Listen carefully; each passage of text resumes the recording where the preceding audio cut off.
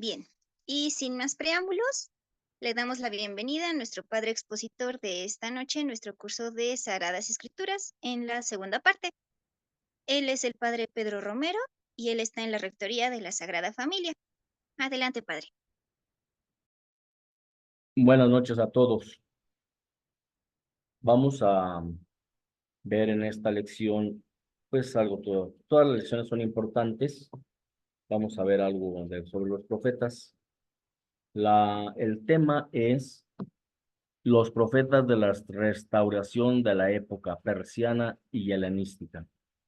Pero antes de iniciar la clase, vamos a hacer esta oración al Espíritu Santo. Claro, yo la hago leyendo, pero todos vamos a sentir con nuestro corazón esta oración que dirigimos al Espíritu Santo, al Padre y a nuestro Señor Jesucristo. En nombre del Padre, del Hijo y del Espíritu Santo. Ven, Creador Espíritu, visita nuestras almas. Tu don divino llene los pechos que creaste. Te llamas el Paráclito, el don del Dios Altísimo, fuente viva de amor, fuego espiritual, ungüento, autor de 7 dones, de Dios dedo derecho, fiel promesa del Padre, que por nosotros hablas. Alumbra los sentidos, el corazón inflama, y sin cesar conforta nuestra vida tan frágil. Ahuyenta al enemigo, danos la paz, y muy pronto, contigo como guía, todo mal evitamos. Danos ir hacia el Padre, conocer a Dios Hijo, y confirmar en ti siempre de entrambos el Espíritu. Envía, Señor, tu Espíritu, y todo será creado, y se renovará la faz de la tierra. Bien, vamos a empezar. Voy a ir leyendo lo que se les va a dar. Si quieren ir tomando nota, pues ya depende de ustedes. Como dice Ingrid, será grabada esta clase. La pueden repasar con toda tranquilidad. Antes tenemos que ver un pequeño contexto histórico para hablar sobre algunos profetas de la restauración de la época persiana y helenística. Del siglo VII al siglo V antes de Cristo, profetizaron 4 grandes profetas, que fueron Jeremías, Sofonías, Nahum y Habacuc. Esto es importante. ¿Cuál era el ambiente en el siglo VII?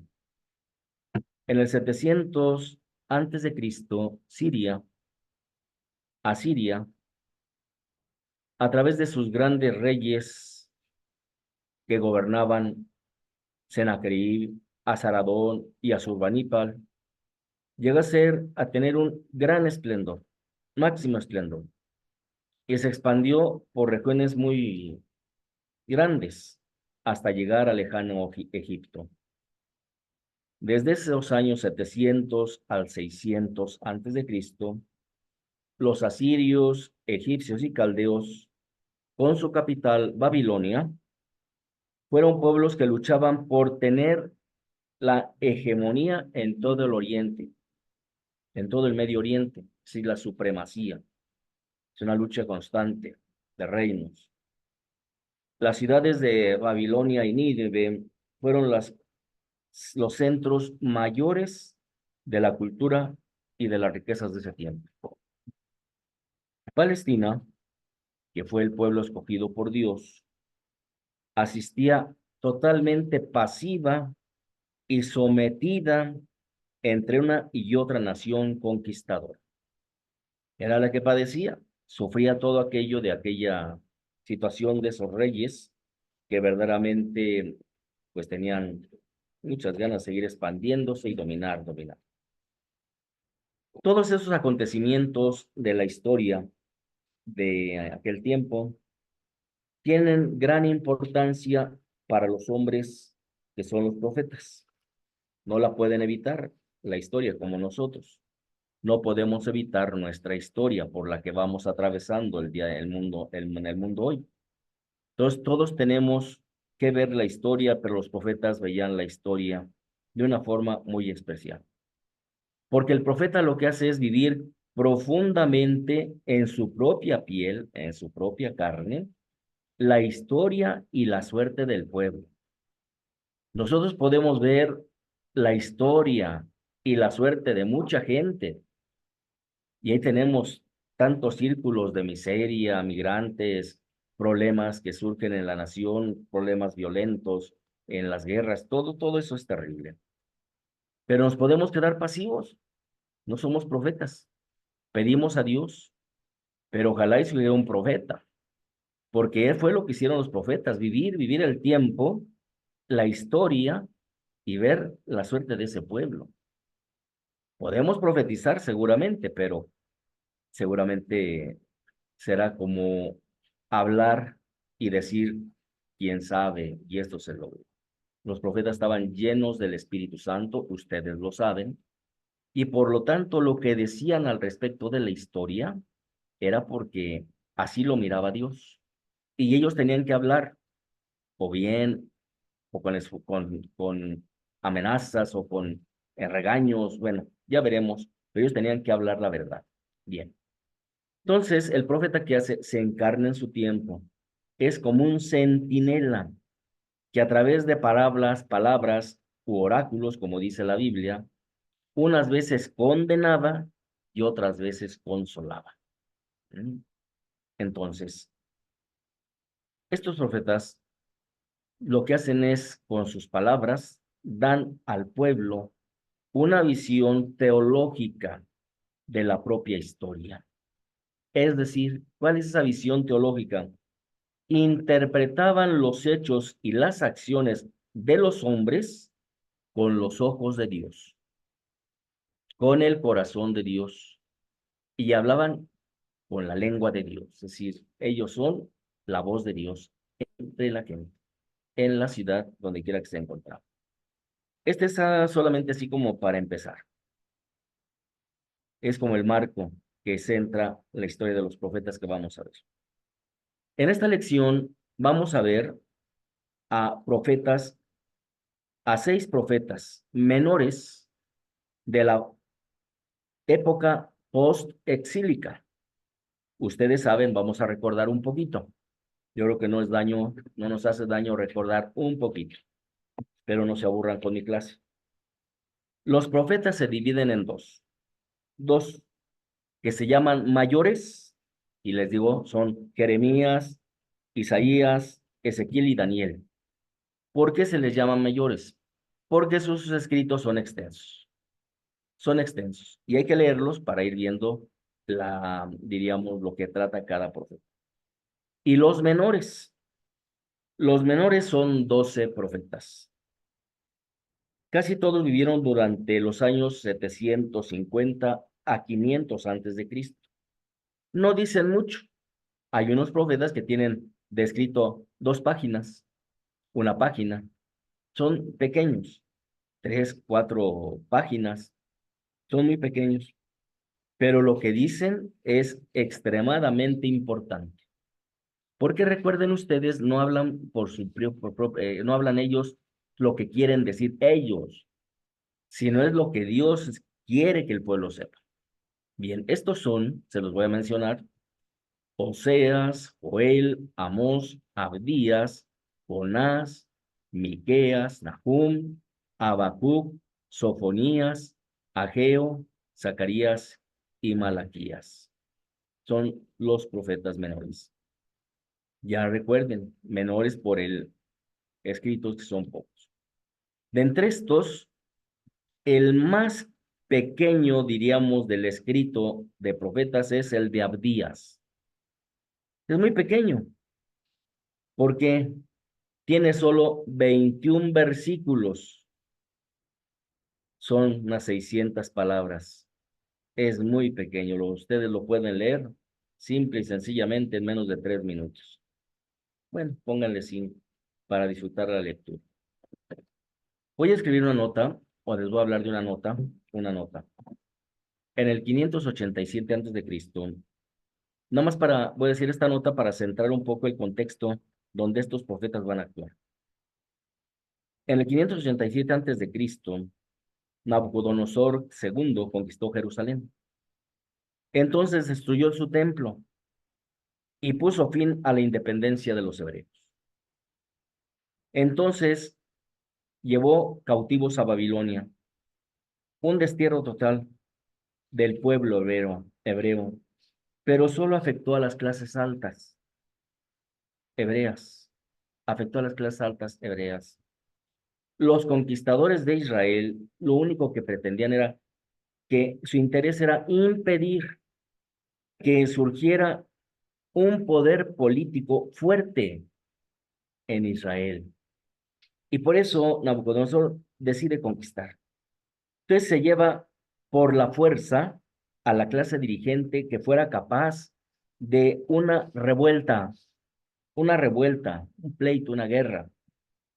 La clase baja, muchos se van, pero otros se quedan. No fue muy afectada esta clase baja por esos traslados forzosos.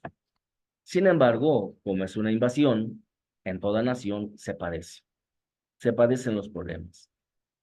Ese ambiente histórico del tiempo de Nabucodonosor, voy a repetir la fecha, la dejé aquí, que es del 587 hacia atrás al 300, ¿qué pasa? La grandeza del imperio de Babilonia duró hasta el siglo sexto y empieza su decadencia. Entonces Babilonia pasa a manos de los persas,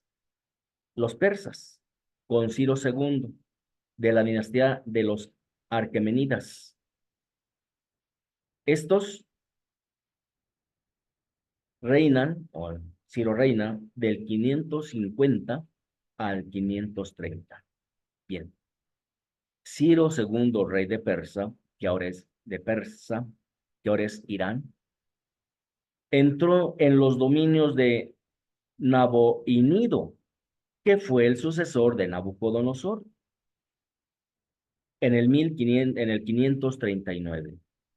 Viene por los montes Sagros y derrota a los babilonios en sangrienta batalla entre los ríos Diyala y Tigris. Ciro muere en el 530, pero bueno, es un dato que vamos a repetir. Pero siguen sus sucesores. Entre ellos se les voy a mencionar Erges I, Cambises II, Abacán, Artajerjes III Oco, Tisafernes y Darío III, último rey de los persas. El reinado de Darío, finalmente, en el 331, cayó en manos de Alejandro Magno. Y Alejandro Magno, ustedes saben que es griego, de Grecia, al norte de Grecia. Y todo el pueblo que estaba asediado por guerras, por problemas y todo esto, sí esperaban un libertador, como fuera, pero esperaban. Y pues así se dio. De hecho, Alejandro Magno conquistó a Ciro, rey de Persia. En los planes de Dios, hermanos, siempre los hombres tienen o tenemos un papel importante en la historia de la salvación. Ciro II, quien tenía cautivos a los israelitas, en el año 538 antes de Cristo, permitió que los babilonios, que los cautivos de Babilonia, que habían sido cautivos, les permitió volver a su patria. Y esto lo pueden ustedes leer en Esdras 1:1-4. Le repito el texto. Esdras 1:1-4. Dice el texto: el Señor, para cumplir lo que había anunciado por boca de Jeremías, movió a Ciro, rey de Persia, a promulgar las palabras de palabra y por escrito en todo su reino. Ciro, rey de Persia, decreta: el Señor, Dios del cielo, me ha entregado todos los reinos de la tierra y me ha encargado construirle un templo en Jerusalén, de Judea. Los que ese pueblo, que su Dios los acompañe y suban a Jerusalén de la Judea para construir el templo del Señor. Ven ustedes, este hombre conquista y sin embargo deja libre para va a ir a construir el templo de Jerusalén. Al morir Ciro, le suceden también hijos, sucesores. Sucede al trono un hijo que se llama Cambises II. Este, según el historiador Heródoto, Cambises II era muy déspota, tirano, cruel, inclinado a la furia y que cometía actos sacrílegos, caprichoso y enfermo, que se ganó el odio de su pueblo y lo que pasa que fue asesinado. Le sucede el rey Darío, que logró poner en paz a todo el reino. Se pueden imaginar un hombre déspota, tirano, cruel, ingrato, todo el sacrílego, pues era lógico, el pueblo estaba mal. Pero bueno, el rey Darío ya había dado, el rey Ciro ya había dado permiso de que los judíos regresaran a construir su templo. Muerto Darío, subió al trono Jerjes, en el 406, déspota y cruel, también otro igual, esclavista, hombre malo, y otros reyes más que lucharon para, especialmente contra Grecia, para la hegemonía suprema en todo el Medio Oriente. Bueno, la crueldad de estos reyes persas preparan el terreno a la conquista de Alejandro Magno de Macedonia, al norte de Grecia, esperado por todos, como ya dije antes, como libertador en el año 300. ¿Cuál era el sueño de Alejandro Magno? Reunir en una sola cultura a todo el mundo asiático y al mundo griego. Por lo tanto, deseo de construir un imperio. Esta política va a poner a prueba la religión de Israel, que defendía en solitario su monoteísmo y su nacionalismo. Durante el imperio persa, en los 530 a 330 a.C., el pueblo de Dios vuelve a su patria, como ya vimos, Ciro les dio permiso, y se estabiliza en Palestina, países que la integran. ¿Cuáles son? Israel, Cisjordania, Jerusalén, la Franja de Gaza y Jordania. Cisjordania y Jordania. ¿Qué país integran Palestina? Israel, Cisjordania, con Jerusalén al este, la Franja de Gaza y Jordania. Bien. Ocupándose especialmente en la reconstrucción del templo y en la restauración de la fe de los antepasados. ¿Quiénes predican ahí? Los profetas Esdras y Nehemías. Los persas respetaron las creencias de los pueblos que, que tenían sujetos. Entre ellos era Israel. Esto explica entonces por qué se lee en la Sagrada Escritura, en Esdras 1, 2, 4, que algunos jóvenes israelitas hallaron gracia en el séquito de los reyes o del rey. Entre ellos está Daniel, que Darío lo acepta y le da una gran importancia por sus sueños. Estos jóvenes son Daniel, Sadrach, Mesach y Abednego, que estos jóvenes que con decretos imperiales favorecieron el culto de Dios en Israel. Y el rey persa Artajerjes III Oco permitió a Nehemías su reforma política y religiosa. Es, ¿cómo les puedo decir?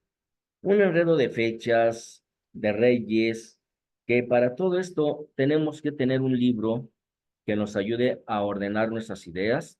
Yo nada más saqué algunas, pero aquí lo importante es cómo es en Palestina restaurado el templo y qué hacen los profetas precisamente en el pueblo de Dios. Ellos, el pueblo, al regresar del destierro, el anhelo de los judíos en Palestina fue restaurar el templo, el lugar central del culto. El templo era, recuerden, para el pueblo de Israel, un punto de comunión de todos los israelitas, donde se concentró el poder político, económico y religioso. Sin el templo, el pueblo no es pueblo, se sentía pobre, se sentía huérfano. Entonces les importaba mucho construir su templo, reconstruirlo. Las personas que guiaron al pueblo en la causa, en la tarea, fueron dos. Saesbazar, jefe que era muy carismático, dice el texto de la historia, que guió la caravana de regreso, Esdras 1:11, y él mismo que constituyó el culto, reconstruyó el culto.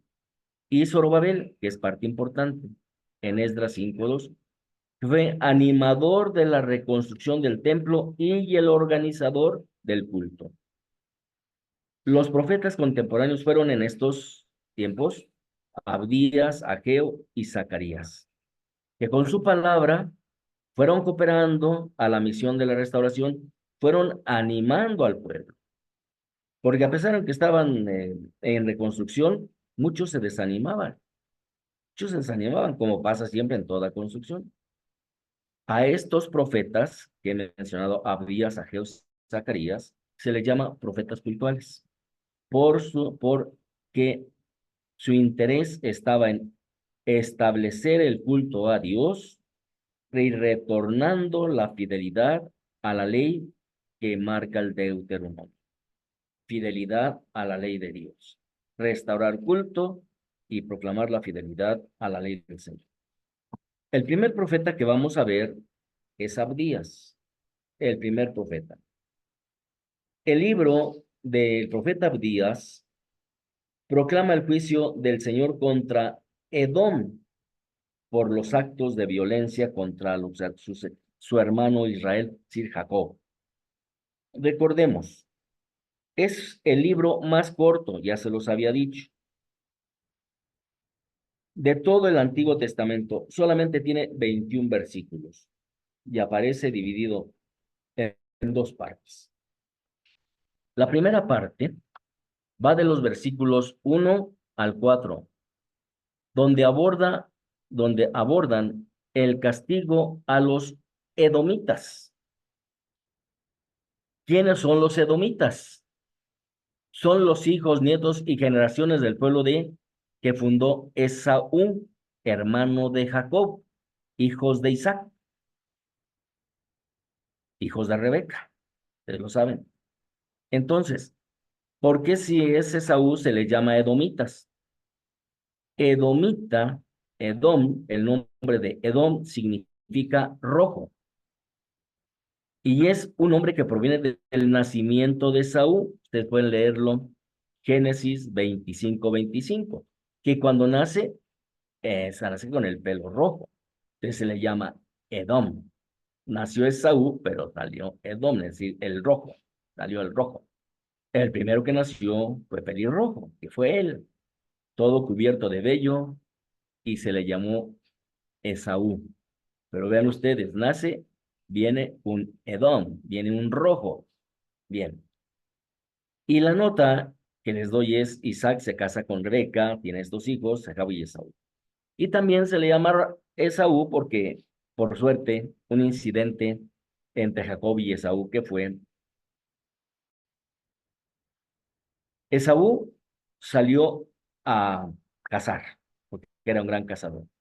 Y cuando llegó, sintió mucha hambre. Y le dice a su hermano Jacob, por favor, dame de ese guiso rojo que tienes ahí porque me muero de hambre. Por eso a Esaú se le conoce como el edomita. ¿Quiénes son los edomitas? Descendientes de Esaú. Hijos, nietos, generaciones de Esaú. Edomitas, del rojo. Bien. Y la segunda parte que nos habla de este mismo libro, de la restauración de Israel en el día de Yahvé. Es decir, el profeta quiere manifestar fundamentalmente tres ideas. ¿Cuáles son esas ideas? Primera, que los israelitas que regresaron del exilio se les va a llamar el resto de Israel y va a constituir el nuevo culto a Yahvé. Van a construir el nuevo culto a Yahvé. Segundo, el reino de Dios escatológico y espiritual, no tendrá un carácter de reino de dominio, como el antiguo de David, sino será un reino basado en la santidad del culto. Lo que podríamos decir, van a llegar al corazón de las personas en el culto. No va a ser una esclavitud de opresión, de guerra, violencia, sino de una espiritualidad de obediencia a Dios. Y tercero, proclamar el día del Señor, día del Yahvé, día de Yahvé. Cuando serán juzgados los enemigos de Israel. Esto es lo que hace el profeta el profeta Abdías. Es muy corto. Lo que sí les indico y es que lo lean. No pasan más de 3 minutos para leerlo. El segundo profeta es Ageo. Es el predicador de la gloria del nuevo templo restaurado. Así se le llama. Ageo, predicador de la gloria del nuevo templo restaurado. Este predicador tiene 4 temas en su escrito. El primer tema nos habla de la restauración del templo. Capítulo 1, restauración del templo. Segundo, la gloria del nuevo templo. Capítulo 2, versículo 1 al 9. Tercero, Dios reprende al pueblo infiel. Capítulo 2, versículos del 10 al 19. Y cuarto punto, la promesa del Señor a Zorobabel. La gloria futura era escatológica del pueblo. Capítulo 2, versículos 20 al 23. Así es como tiene 4 temas fundamentales en su texto. Para este profeta, lo más importante es la construcción del templo, porque de ello depende también que Dios intervenga en favor del pueblo. De manera que si el pueblo no construía el templo, no le cumplía a Dios, Dios no lo iba a defender, Dios no iba a intervenir. Es otro libro también muy corto, este profeta, pero tiene verdaderamente un, un carácter, el libro, un carácter de un profeta castigador, rígido, castigador del pueblo y muy rígido, que se preocupa más de su interés en las cosas terrenas del pueblo, el pueblo, no el profeta, que en el culto y en el templo. Sus palabras son muy duras. Por ejemplo, ustedes pueden leer capítulo 1, versículo 5 a 7. Dice, ustedes comen y tienen hambre, beben y quedan con sed. Su salario lo echan en saco roto. Es decir, es muy fuerte. Con esto le está diciendo que muchas de sus obras, muchas de sus acciones están equivocadas, están muy mal. Por eso le importaba que el pueblo comprendiera la importancia que tiene darle atención al templo, en la reconstrucción, para que Dios pueda intervenir también por el pueblo. Es un profeta muy especial. Bien, el otro profeta que vemos es Zacarías, el profeta Zacarías. Este profeta vivió posiblemente en el tiempo de Alejandro Magno, directamente en el tiempo de Alejandro Magno. Al igual que este profeta, participó activamente en la restauración del pueblo del templo, del templo en Jerusalén, del pueblo de Dios. Se dice que el libro de Zacarías no pertenece a un solo autor, sino a 2, pero es el mismo. Pero se dice, ¿por qué se dice? Porque hay diferentes temas y estilos. Toma un estilo y unos temas, y en la segunda parte cambia de estilo y de temas, es decir, algo muy simpático. Ustedes tienen que leerlo. Por ejemplo, los capítulos del 1 al 8 son del mismo profeta, pero los capítulos del 9 al 14 son obra de otro profeta, por el estilo y los temas que utiliza. Entonces, así lo dicen los que estudian la Sagrada Escritura. Tienen esta división en este libro del profeta Zacarías. Bien, el libro se divide en 2 partes.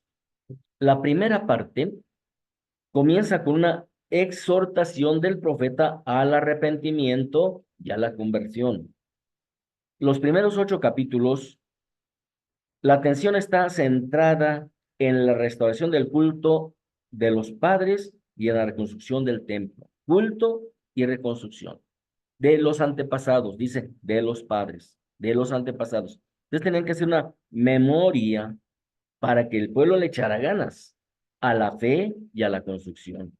No podemos dejar a un lado lo que nuestros padres nos enseñaron, lo que nuestros padres trabajaron. Entonces tenían que ser también hombres, entones en todo, en la fe y en la construcción. Y la segunda parte, el libro comienza a tratar algo nuevo, algo nuevo. Habla de los combates que habrá para conseguir el triunfo del Señor. Habla de los combates que habrá para asegurar el triunfo del Señor. Esos combates los trata del 9 al 14, capítulos 9 al 14. Principalmente tiene el tema de la escatología mesiánica. Entonces, es necesario leer cada profeta. La visión panorámica de este libro es la siguiente, del libro de Zacarías. Primer punto, la visión panorámica del capítulo 1, versículo 1 al 6, llamado a la conversión. Capítulo 1, versículo del 7 a capítulo 6 y versículo 8, las visiones simbólicas. La tercera, del capítulo 6, versículos 9 al 15, la coronación de Josué. Capítulos 7 y 8, la cuestión del ayuno y el anuncio de la salvación mesiánica. Capítulos 9, versículo 1 al 8, el castigo a las naciones vecinas. Capítulo 9, versículo 9 al 10, el futuro rey de Israel. Capítulo 9, versículo 11 al 17, la restauración de Israel. Capítulo 10, versículo 1, 11 al 11 y versículo 3, la promesa de la liberación. Del capítulo 11, versículos 4 a 17, los dos pastores. El capítulo 12 y capítulo 13, la liberación de Jerusalén. Y el capítulo 14, la victoria final de Jerusalén. Esa es la estructura del texto, del libro. Ahora, si vemos el profeta y su libro, Zacarías menciona profetas anteriores, Esdras entre ellos. Ustedes pueden leer Esdras 5:1 o 6:14, junto con el profeta Ageo, en la tarea de la reconstrucción del templo. Su actividad profética se dio en los años 520 a 515 antes de Cristo. Y es un libro de difícil interpretación. Es un libro de difícil interpretación. Es el más difícil del Antiguo Testamento, porque escribe con imágenes y visiones. Podríamos decir, apocalíptico casi, pero escribe con imágenes y visiones que producen hasta cierto punto un gran desconcierto. Por ejemplo, habla de 4 cuernos, habla de un hombre con cordeles para medir, habla de candelabros de oro, etcétera. Y va hablando, sí, así, de muchas imágenes que el profeta utiliza. Entonces, habría que habría que leerlo para poderlo interpretar. Bien. ¿Qué mensaje nos trae este profeta? Ya hemos dicho, reconstrucción del templo, que será principalmente por la obra del Espíritu de Dios, con la voluntad de los hombres. La actividad será de Zorobabel, gobernador de Jerusalén. Pero el profeta sabe que Israel y su fe no sobrevivirán sin el templo, signo vivo de la presencia de Dios. Querían tener a Dios ahí presente, hay que construir el templo insistentemente. Pero lo que más le interesa a Zacarías es el nuevo mundo futuro, construir un nuevo mundo futuro en la fe del pueblo de Israel. Por eso habla de visiones, de visiones. Es lo que le interesa a este hombre, construir un nuevo mundo futuro. El castigo a los enemigos les seguían la restauración gloriosa de Jerusalén, gobernada por Zorobabel. Entonces, una vez que construyan el templo, Dios va a responder al castigo a los enemigos. Bien, las visiones de Zacarías se convirtieron en un buen arsenal de imágenes para los escritos del Apocalipsis del Nuevo Testamento. Por ejemplo, vamos a ver Zacarías 4:10. Dice, las 7 lámparas representan a los ojos del Señor que se pasean por toda la tierra. Capítulo 5, versículo 5 de Zacarías. El recipiente y la mujer. ¿Qué habla de eso? Un recipiente con mucha harina en una olla. Se destapa la olla y ve una mujer sentada en el fondo de la olla. ¿Qué significa la mujer en el fondo de la olla? La maldad en medio de la harina, medio de la masa. O sea, habla de estas imágenes apocalípticas. Lean ustedes el Apocalipsis de San Juan y va a tener también muchas imágenes así. Entonces, ustedes los pueden leer, comparar el libro de Zacarías con el Apocalipsis de Juan. También hay una parte de Zacarías en su libro, capítulos 9 al 14, que se le llama Apocalipsis de Zacarías, precisamente por las imágenes que utiliza. Es la segunda parte del libro. Estos capítulos fueron escritos por el autor, que ya se les había dicho, por otro autor, en la época de Alejandro Magno. Y ya no se habla ahí del templo, sino de una época ideal, del tiempo por venir, el periodo escatológico todavía no realizado, pero vendrá algo mejor. Un tiempo en que vendrá algo mejor, todavía no se da, pero ya tiene que venir algo mejor. El ya, pero el todavía no, como dicen, ¿no? Mucho ojo, seguramente las conquistas rápidas de Alejandro Magno, las conquistas rápidas de Alejandro Magno, le recordaban al profeta lo que Dios puede hacer y hará cuando se acerque el día de mesiánico. Si este hombre puede con poderío gobernar, reinar, etcétera, vencer, bueno, pues cuando venga el Señor va a hacer más cosas. Era lo que el profeta veía en visiones así. Es lo que él le interesa, algo nuevo y mejor, algo nuevo y mejor, escatológico. Bueno, dentro de esta idea, el Deutero Isaías, como se le conoce también, desarrolla 4 ideas. ¿Cuáles son? Primera, la salvación o condenación de los pueblos paganos. Salvación o condenación de los pueblos paganos. Ahí depende cómo se acepte la salvación, el mensaje más bien. Segundo, el Mesías Rey humilde, buen pastor, siervo de Yahvé, temas mesiánicos. Tercero, las guerras y victorias de Israel. Cuarto, la idolatría y los falsos pastores y profetas. Esos son los temas que presenta precisamente esta segunda parte del libro de Zacarías. Leyendo estos capítulos, notaremos enseguida que algunos temas serán muy familiares, pues los hemos conocido en el Evangelio, como por ejemplo, la entrada de Jesús en Jerusalén. ¿Cómo entró Jesús en Jerusalén? Con un burrito, con un burrito, montado en un burrito. ¿Y qué dice Zacarías? Alégrate, Jerusalén, que viene a ti tu rey montado en un burrito, hijo de burrita. Sí, repite el evangelio, los evangelios, cosas que le pasan a Jesús. Vean ustedes, anuncio apocalíptico, anuncio de lo que está por venir. Otro, la venta de monedas de Jesús por 30 monedas. Lo mismo trata Zacarías. La contemplación del traspasado. Zacarías trata al traspasado, siervo de Yahvé. Lo mismo pasa en el Evangelio. Cristo fue traspasado por la lanza. La imagen del buen pastor, el buen pastor que trata sus ovejas. Lo mismo dice Jesús en el Evangelio de San Juan. Si no recuerdo que es el capítulo 10. Esto nos indica la importancia que los profetas, de las profecías, perdón, que se cumplieran en Jesús. Profecías de Zacarías que se cumplirán en Jesús. También en Juan, en el Apocalipsis, hará uso de estas imágenes. Ya se los dije, de esta segunda parte de Zacarías. Por ejemplo, ustedes pueden ver Apocalipsis 22, 2:5. Dice, allí no habrá noche, no les hará falta la luz de lámpara ni de sol, porque los ilumina el Señor y reinará por los siglos de los siglos. O Zacarías 14:7.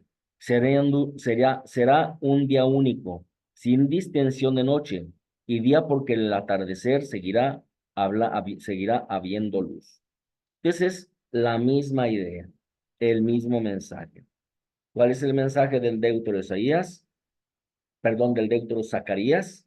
Las enseñanzas de la segunda parte del libro, podemos resumirlas así. El profeta nos da las últimas notas del mesianismo profético del Antiguo Testamento para iniciar el mesianismo del Nuevo Testamento, pero ya en Cristo, realizado en Cristo. Zacarías, en los capítulo 9, versículo 9 al 10, recoge la idea del Mesías Rey, no con la grandeza política, sino con la humildad y mansedumbre. Humildad y mansedumbre. Zacarías 9:10. En Zacarías 11:4-17 y 13:7-9, el Mesías es presentado como un pastor. Y en el capítulo 12, el Mesías es siervo de Yahvé, que da su vida por el pueblo. Todo esto se realiza en el Nuevo Testamento, en la vida de Jesús. Entonces estamos en el umbral del Nuevo Testamento, con Zacarías. Estamos en el umbral del Nuevo Testamento con este hombre. Permítame. Gracias. ¿Qué es lo que se puede tratar de este profeta? Zacarías. Otro profeta es Joel. El libro de Joel fue escrito entre los años 400 y 350 antes de Cristo. No sabemos nada de esta vida, de la vida de este profeta. Sin embargo, en su libro, los ancianos y sacerdotes tienen un puesto muy principal dentro de la comunidad. Son, como hasta cierto punto los presenta como los más importantes. Entonces, el libro se abre con la descripción, curioso, de una plaga, el primer capítulo. Esto da ocasión precisamente al profeta para hablar y anunciar el día del Señor, en donde Israel conocerá el castigo de Dios, se arrepentirá y florecerá de nuevo el pueblo de Israel. Aprovecha el castigo, los castigos que vienen, las plagas, para decir, esto es cosa de, de Dios, pero si se arrepienten, las cosas cambian. Entonces, toda la profecía de Joel se centra en un clima apocalíptico de Yahvé. Dice el capítulo 1, versículo 15, hay que día porque está cerca el día del Señor. Llegará como azote el Todopoderoso. Vean ustedes las palabras de este profeta Joel. Joel 2:1 y siguientes dice, toquen la trompeta, tiemblen campesinos, porque llega el día del Señor.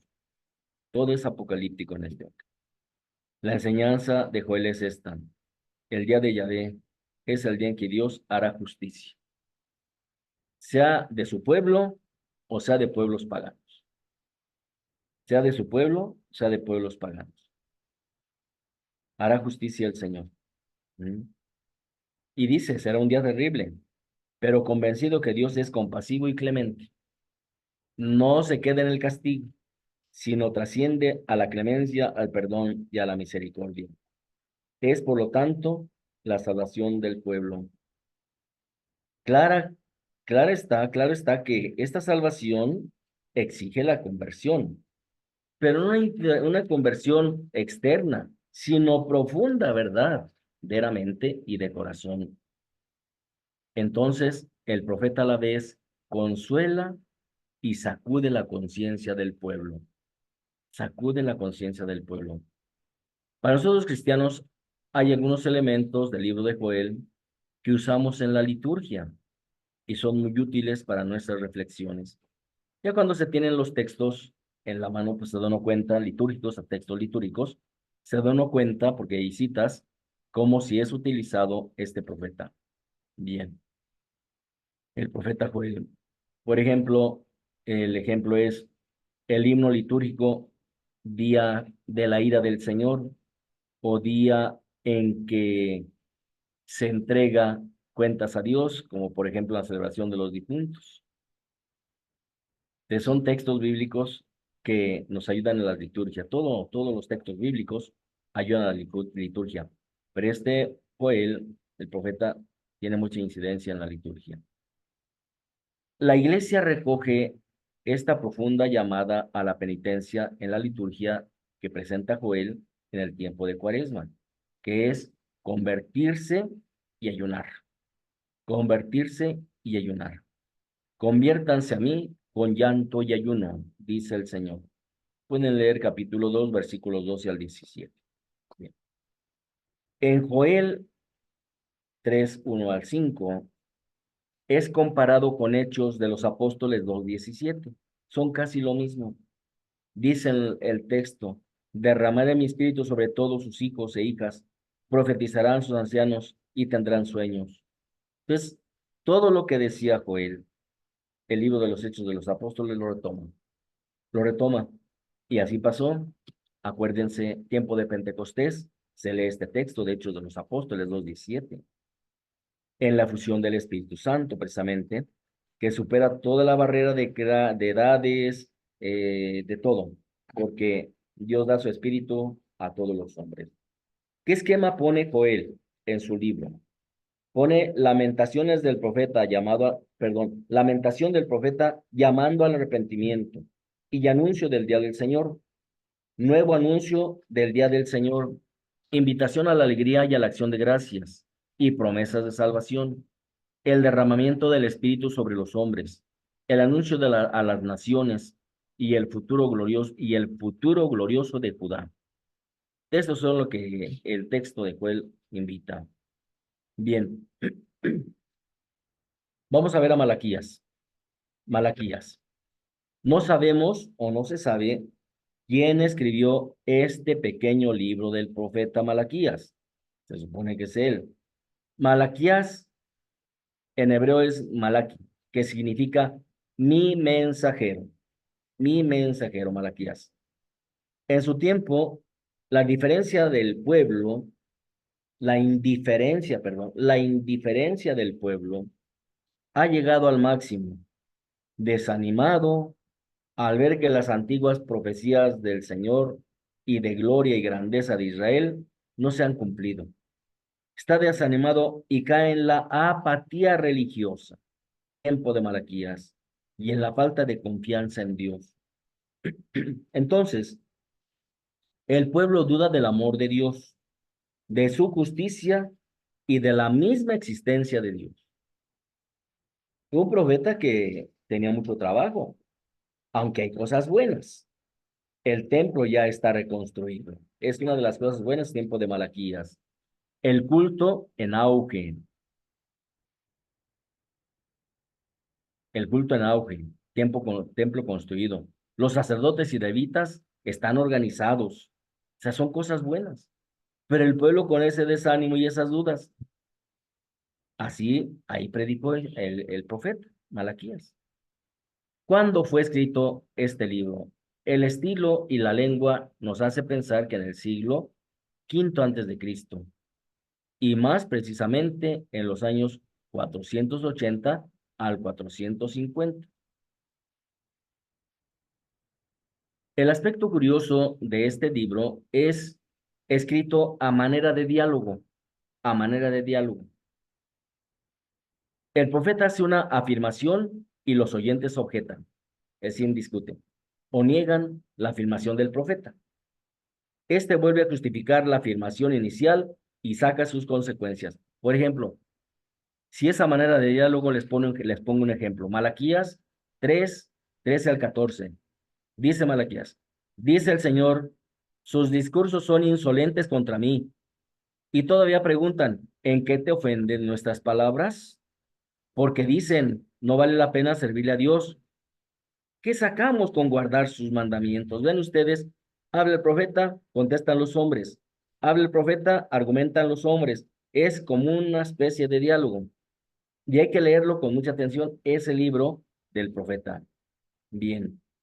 Entonces, sigue diciendo, el profeta, queriendo responder a los porqués de la gente que está desanimada, hace ver el contraste entre la vida del presente y la antigua ley del Deuteronomio. La vida del presente y la antigua ley del Deuteronomio, la ley de Dios. La ley del Deuteronomio, dice, tenía leyes y mandatos entre los que se encuentran las alabanzas, las relaciones familiares, la guerra, la pureza y los negocios. Y eran leyes que deberían ser observadas. Y en tiempo de Malaquías ya no lo eran. Ya había una relajación, ya había un desánimo. Por eso escriba a manera de diálogo, para hacer que la gente comprenda lo que está viviendo, lo que está sufriendo, por dónde van las cosas. Es, me parece, uno de los libros muy amenos. Toda la palabra de Dios es amena, pero la que nos hace más atractiva. Bueno, el esquema del libro, ¿cuál es? Aborda 6 temas. 6 temas. ¿Cuál es el primero? Amor de Dios. Malaquías 1, versículos 2 al 5. Amor de Dios. Segundo, la justicia divina. Malaquías 2, versículo 17 y siguientes. Tercero, la retribución divina.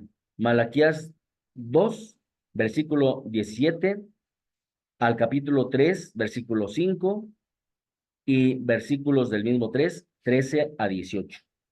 La retribución divina. 4, las ofrendas, Malaquías, versículo 1, capítulo 1, versículos del 7 al 14. Número 5, los matrimonios mixtos, los divorcios, Malaquías, capítulo 2, versículo 10 al 16.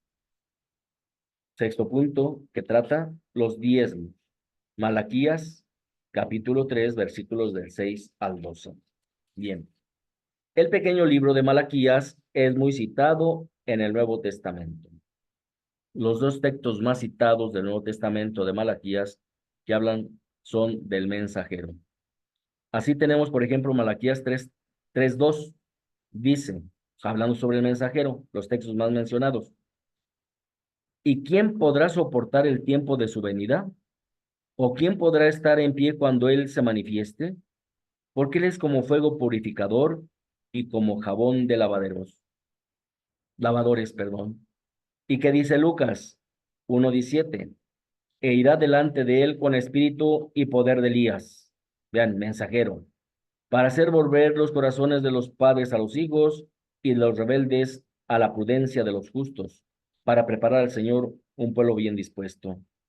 Entonces, se supone que están identificándose con un futuro que finalmente el Nuevo Testamento lo identifica como a Juan el Bautista. Juan el Bautista. Bien, ese es Malaquías. Pasamos al último, Jonás. Este Jonás es algo especial. El libro de Jonás es uno de los más conocidos. ¿Quién no ha oído leer a Jonás? ¿O quién no ha leído a Jonás? ¿Quién no recuerda este personaje?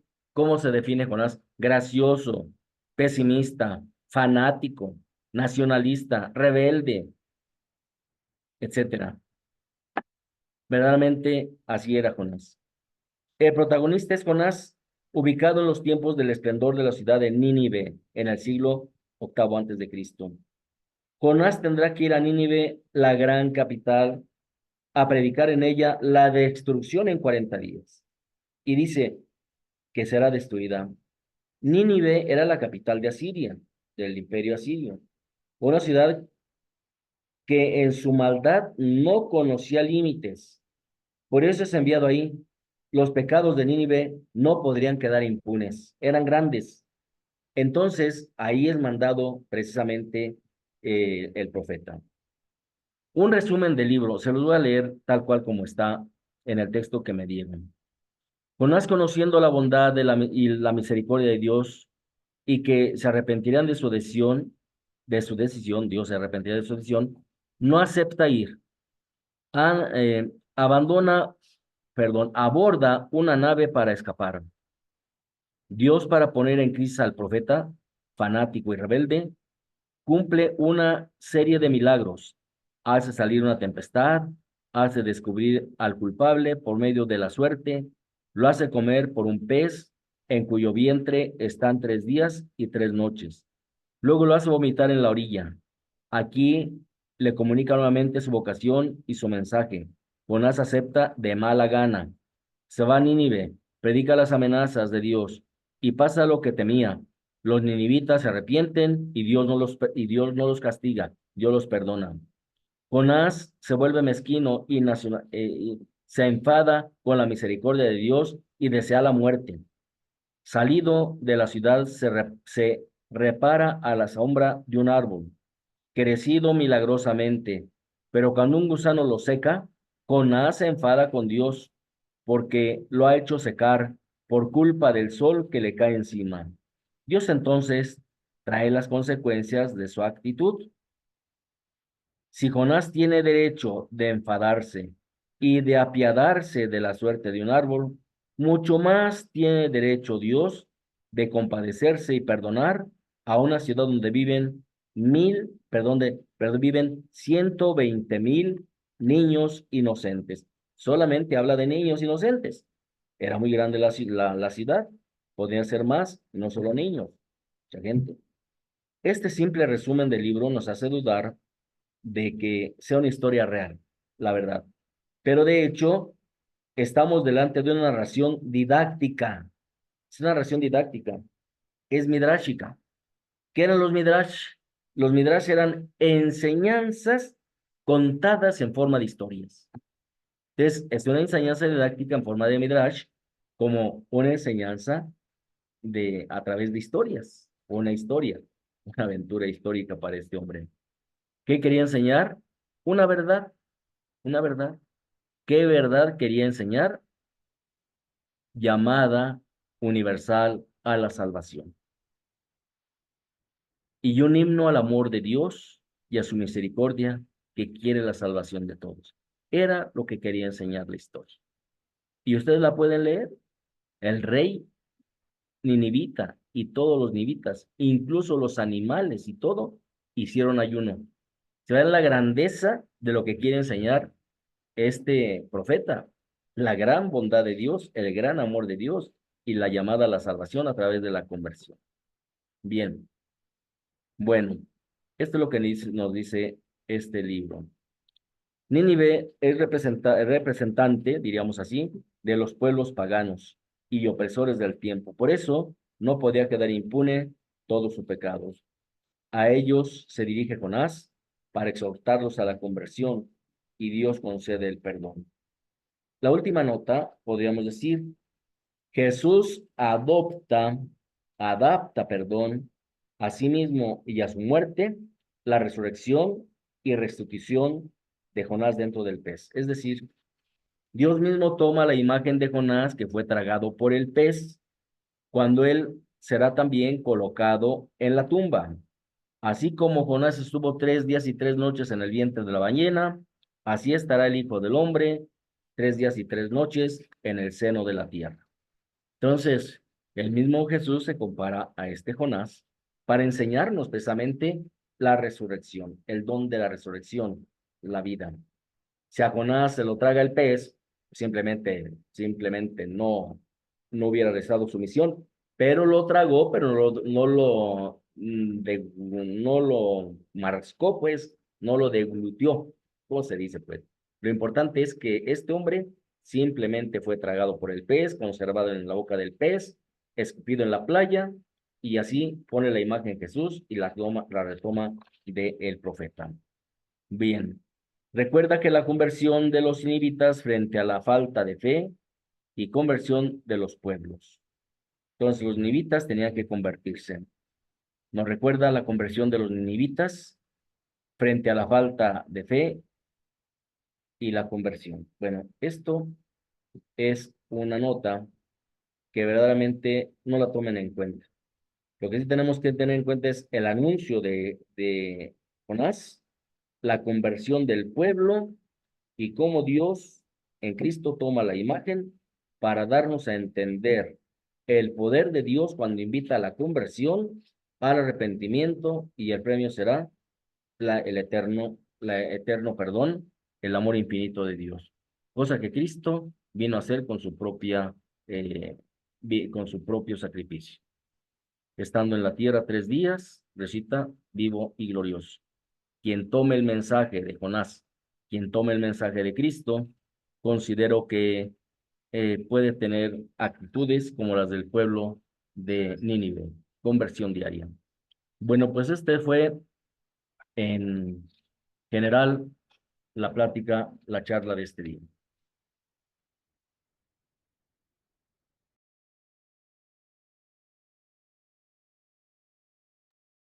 Hermanos, si tienen alguna pregunta, si tal vez quieren hacer algún comentario, les pedimos que usen el levantar la manita, o si no, también tenemos activado el chat por si gustan escribir allí algún comentario o una duda.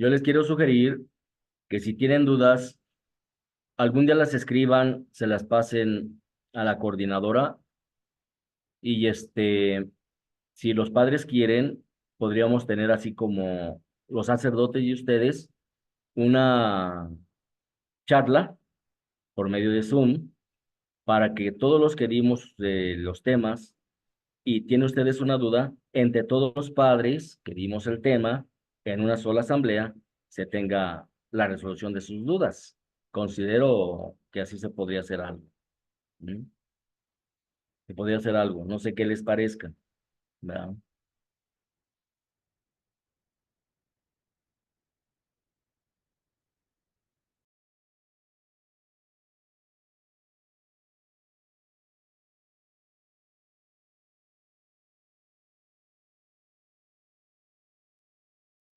Padre, tenemos una pregunta en el chat. Si puedes repetir, por favor, los profetas mayores.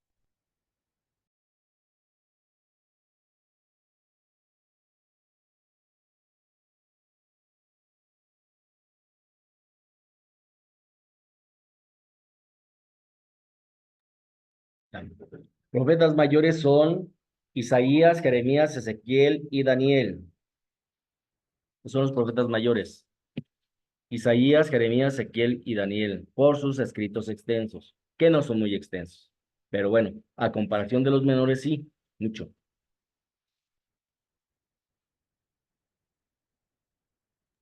Tenemos una manita levantada. Adelante, Bernabé.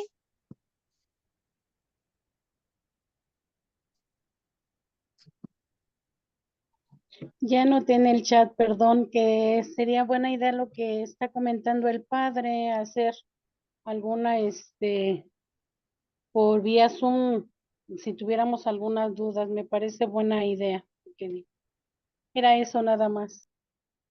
Gracias.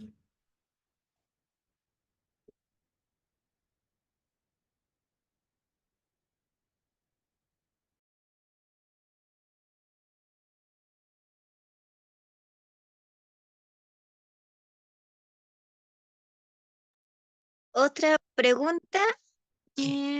Padre, disculpe, a la fecha, ¿en qué zona viven los edomitas?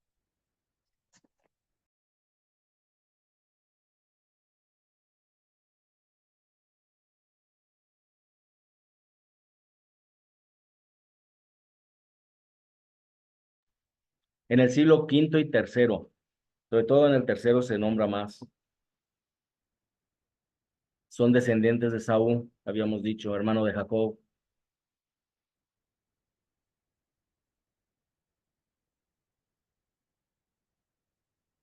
y Edomita significa rojo, porque él era rojo, pelirrojo.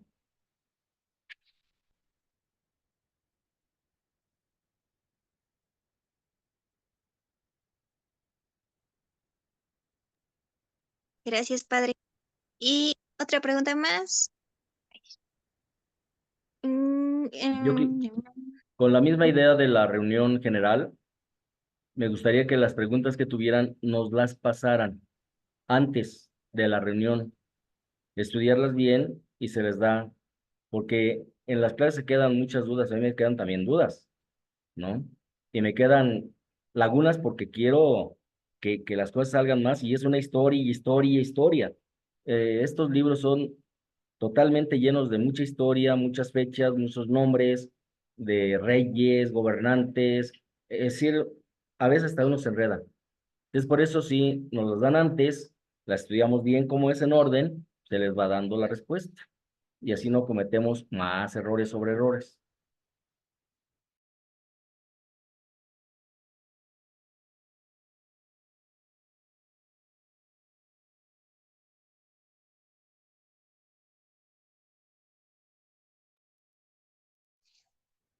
pues entonces creo que por el momento sería todo. Hay varios hermanos que dicen que les parece buena idea su sugerencia para las dudas y pues también muchos que agradecen el compartir con nosotros y su dedicación con este tema. Yo les agradezco mucho y disculpen los errores que pude haber tenido. A veces me trabo un poco, pero bueno, disculpen. Dios les bendiga y descansen. Gracias, Ingrid. ¿De qué padre si nos puede dar la bendición, por Claro, favor? el Señor esté con ustedes. La bendición de Dios Todopoderoso, Padre, Hijo y Espíritu Santo, descienda sobre ustedes y les permanezca para siempre. Amén.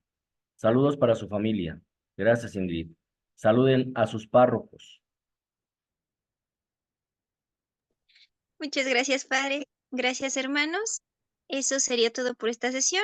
Si tienen más dudas o alguna situación, mándenla a sus coordinadores y sus coordinadores si gustan mandarlas conmigo y ya yo pues le comentaré a los demás padres del decanato la posibilidad de pues llevar a cabo esta pequeña dinámica que nos sugiere el padre Pedro. Mientras tanto, pues seguimos al pendiente y nos vemos la próxima semana. Que pasen buena noche y que tengan un bendecido descanso.